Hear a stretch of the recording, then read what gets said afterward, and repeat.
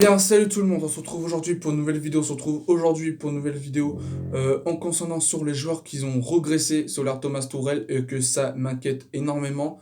Je reconnais plus les joueurs qui étaient là à leur arrivée ou je reconnais plus les joueurs qui étaient très bons à leur club et qui sont devenus mauvais de jour aujourd'hui.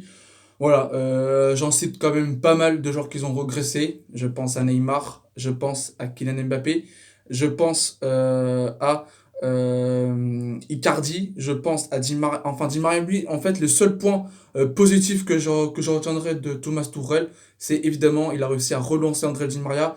Et c'est bien qu'il a bien reporté ses fruits à Tourelle. Ces deux dernières saisons de Di Maria, elle était très bonne pour André Di Maria. Là, sauf celle-ci, c'était un peu compliqué pour lui. Voilà. Donc, j'ai même peur que Di Maria commence à regresser pour cette année. Mais on le jugera à la fin de la saison. Donc, pour moi, la question qu'on se pose, les joueurs regressent-ils sur leur Tourelle? Pour moi, la réponse est oui, on regresse sur leur Thomas Tuchel. Euh, je vois pas aucun joueur qui a progressé en 3 saisons. Voilà, c'est toujours la même chanson. On chiale toujours le même truc. C'est pourquoi Tourelle n'impose pas un collectif. Pourquoi Tourelle n'apporte pas un fond de jeu. Voilà, c'est en fait depuis que Tourelle est là, c'est la même chanson, c'est la même chanson, c'est la même chanson, c'est la même chanson. C'est tout simplement, c'est la même chanson. Euh, euh, il s'appuie sur ses stars vedettes, qui est donc Neymar et Kylian Mbappé. On l'a bien vu lors du match aller contre Leipzig il y a quelques semaines. Quand Neymar et Mbappé sont pas là et quand Verratti n'est pas là, on voit que le PSG est faible, tout simplement. Sans nos stars est faible.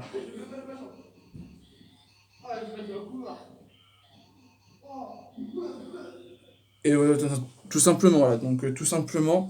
Donc, voilà. Pour moi, oui, Tourelle n'a plus les épaules pour il n'a plus les épaules pour entraîner le Paris Saint-Germain. Il n'a plus les épaules Il n'a plus les épaules pour entraîner le PSG. Il n'a plus, on voit, on l'a bien vu hier lors de la sortie de Di Maria. Vous me dire, non mais The Shit, Di Maria, il a eu un manque de professionnalisme. Il fait lequel parce que juste Tourelle l'a fait sortir. Ok, ça je suis d'accord. Di Maria, il a été un manque de professionnalisme. Il a été un manque de professionnalisme. Voilà. Euh, mais voilà, on voit que Tourelle commence à perdre le vestiaire. On a bien vu la déclaration il y a quelques semaines de Danilo Pereira. Il avait dit de base mon vrai poste c'est d'évoluer en 6. Voilà, en plus il a raison. Même le sélectionneur du Portugal, il avait même confirmé également aussi que le vrai poste de Danilo Pereira, et il joue en 6. Il joue pas en 9. Ok, dans sa vie, il a joué quoi? Au bout de 2 ou 3 matchs en défense centrale. Ok. Mais son vrai poste, il joue au milieu de terrain. Si Leonardo t'a cherché un 6, tu dois mettre ton 6 en 6. Là, on se fait encore bouffer au milieu de terrain. C'est pas normal. C'est pas normal. Donc, ok, c'est bien beau,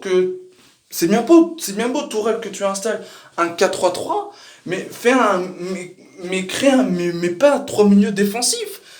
T'as pas un fond de jeu, t'as rien. Tu vois que des ballons, on voit que des grattés de ballons. Mais les joueurs se perdent dans ce genre de système. Donc la solution, soit on oublie le 4-3-3 et on joue en 4-2-3-1 ou en 4-4-2, ou soit on garde le 4-3-3, mais tu mets Verratti titulaire parce que t'as un milieu qui est technique. Ok, je peux l'admettre, Verratti n'était pas 100%, il manquait un rythme de match hier. Ok, c'est bien en plus, d'ailleurs entre parenthèses, il est rentré hier, il nous a fait énormément du bien à ce poste-là.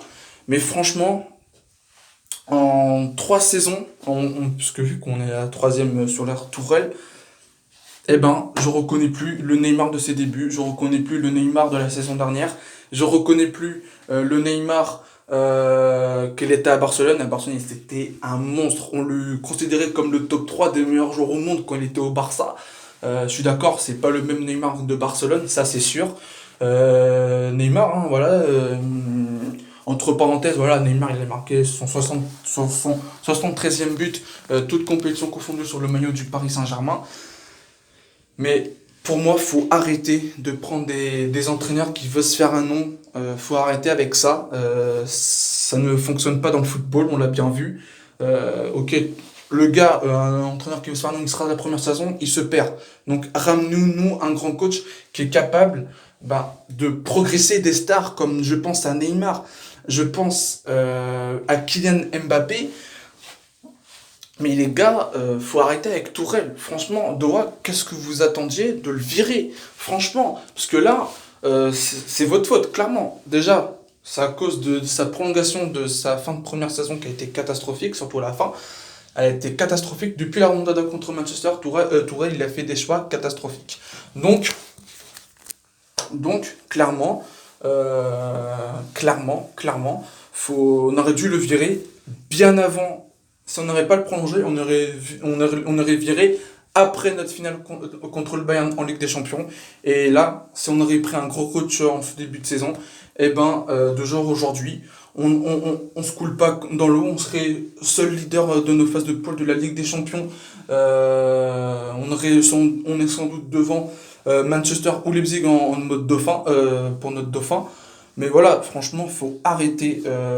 Pour moi, c'est l'erreur. C'est à cause de sa prolongation que ça a tout chamboulé pour le licenciement. Voilà, donc je crois que je vais pas en débattre non plus. Donc si la vidéo elle vous a plu, n'hésitez pas à liker, n'hésitez pas à partager, n'hésitez pas également à partager à ma chaîne YouTube, ça me ferait énormément plaisir. N'hésite pas à t'abonner, n'hésite pas à activer la cloche des notifications pour louper de toutes mes vidéos. Donc moi je vous dis à la prochaine, prenez soin de tous vos amis, puis c'est allez Paris.